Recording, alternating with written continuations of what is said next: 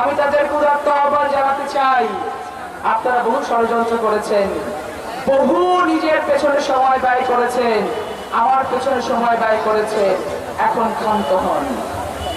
আমরা একটি লালপুর বাগাতি পাড়া বলতে চাই, যেই লালপুর বাগাতি পাড়াতে আমরা সকলে মিলে ধানের শীষে ভোট দিয়ে ধানের শীষকে জয়যুক্ত করে আমরা আমাদের ভাগ্যের উন্নয়ন ঘটাতে চাই। আমরা চাই আপনারা যারা এখনো ষড়যন্ত্রে লিপ্ত আছেন তারা প্রত্যেকে আমরা যে ইমারত তৈরি করতে চাই সেখানে একটি করে ইট গাঁথুন।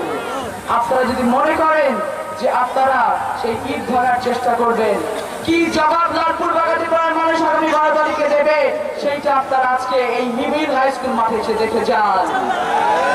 জনসমর্থন সৃষ্টি হয়েছে, জনগণের মানুষের যে আওয়াজ সৃষ্টি হয়েছে, ধানের শীষের যে আওয়াজ সৃষ্টি হয়েছে, আগামী 12 তারিখে প্রত্যেকটি ভোট কেন্দ্রে কেবলমাত্র ধানের শীষ ছাড়া আর কোনো আওয়াজ থাকবে না।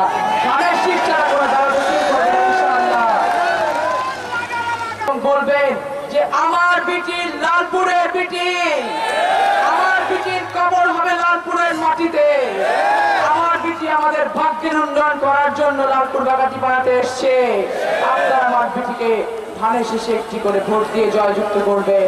আপনারা বলবেন আমার বিটি কেবল লালপুর বাগাতি পাড়ার ভাগ্য উন্নয়নের জন্য আসে নাই, তারেক রহমান তার হাতে ধানের শীষ প্রতীক তুলে দিয়েছে, তিনি যেন পুরো বাংলাদেশে একটি গুণগত পরিবর্তন আনতে পারে। সেই জন্য আমাদেরকে মাথায় রাখতে হবে, আমাদেরকে মনে রাখতে হবে ষড়যন্ত্র এখনো শেষ হয়ে যায়নি। এই বাংলাদেশ যেন উঠে দাঁড়াতে না পারে সেই জন্য ষড়যন্ত্র চলবে নির্বাচনের দিন পর্যন্ত।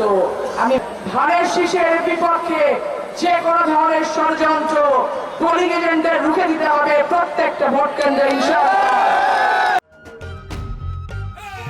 ভোট দিব কিসে